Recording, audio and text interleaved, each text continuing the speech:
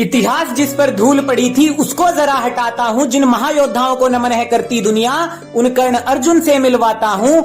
एक तरफ इंद्रपुत्र पार्थ था जिसपे गर्व करता पूरा कुरु वंश था, वहीं कर्ण मस्तक पर तेज लिए सूरज का अंश था।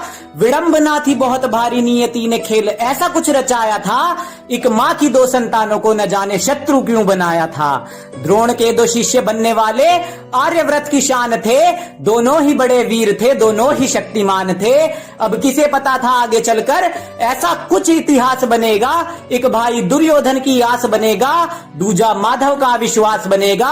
पर नियति के चक्र में दोनों पिस जाएंगे, क्योंकि एक धर्म रक्षक और दूजा अधर्मी के श्वास बनेगा। विकट बड़ा प्रश्न उठा ब्रह्मास्त्र मिला अर्जुन को द्रोण से। सभी जानते थे पार्थ ही इसका पात्र है और खड़े रहे मौन से। पर श्रेष्ठ बनने की होड़ थी तो कर्ण ने ये ना सहा, मुझे भी ब्रह्मास्त्र दो ये गुरु द्रोण से कहा। अरे ब्रह्मास्त्र सा विध्वंसक अस्त्र नहीं मिलता बंदर बाट में। मन स्थिर और शांत चाहिए, नहीं प्राप्त कर सकते लाग डांट में। अरे बाकी सब भी थे वीर वहां, ब्रह्मास्त्र का उन्हें ना ज्ञान मिला। केवल कर्ण ने गुरुकुल त्याग दिया, अज्ञान का प्रमाण मिला। ब्राह्मण का वेश धर छल किया परशुराम से, बड़े बड़े वीर कांपते थे जिनके नाम से। ब्राह्मण था वही जिसे वेदों का ज्ञान था, सिर्फ यही जानकर भगवान ने दिया ब्रह्मास्त्र का दान था। धरती अंबर पाताल उस दिन थे कांप गए, जब कर्ण के गुरुद्रोह को भगवान थे भाप गए। पर्वत सभी धरा के और समंदर भी डोल उठे, और परशुराम कर्ण पर क्रुद्ध होके बोल उठे। तुम सा क्षत्रिय ना कोई हो पाएगा, पर झूठ के आधार पर ब्रह्मास्त्र ना साथ रह पाएगा। अरे जब मृत्यु होगी निकट तब तुम्हारा विवेक मर जाएगा, और अधर्मियों के काम कभी ब्रह्मास्त्र नहीं आएगा।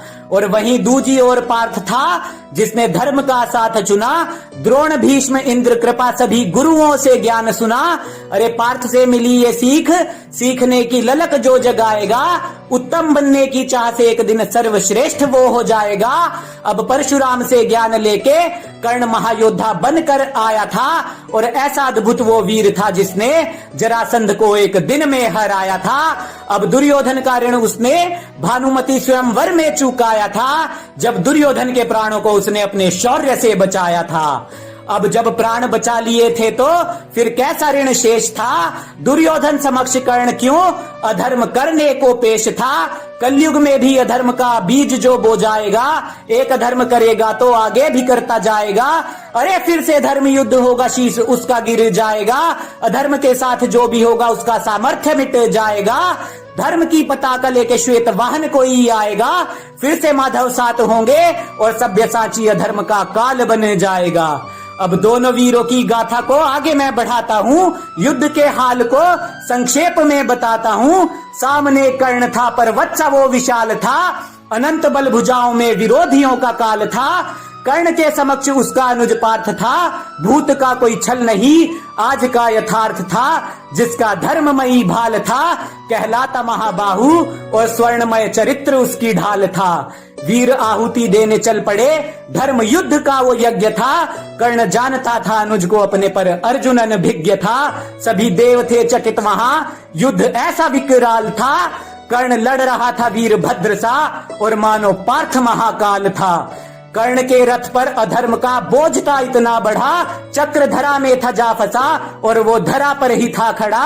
कर्ण ने पार्थ से कहा, पार्थ धर्म का ना त्याग करो, मेरा चक्र भूमि से ऊपर आए फिर मुझ पे वार करो। धरती गगन पाताल एक बार फिर से डोल पड़े, जब वासुदेव कर्ण पर क्रुद्ध होके बोल पड़े।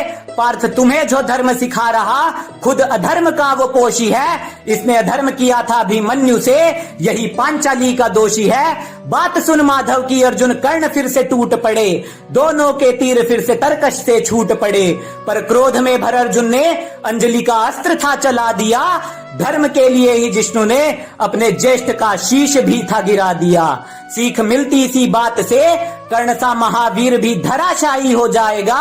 चाहे गुरु परशुराम हो, अधर्म कभी जीत नहीं पाएगा।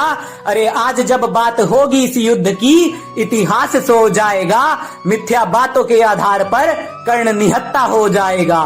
क्यों ऐसे ऐसे झूठ खुद के इतिहास में फैला रहे, कुछ ज्ञान जला नालंदा में और कुछ को तुम जला रहे। अरे धर्म और अधर्म की वीरता को मापना ही व्यर्थ है, धर्म संगत होना ही सबसे पहले वीरता का अर्थ है। हारा था अधर्म द्वापर में, हारेगा आज भी।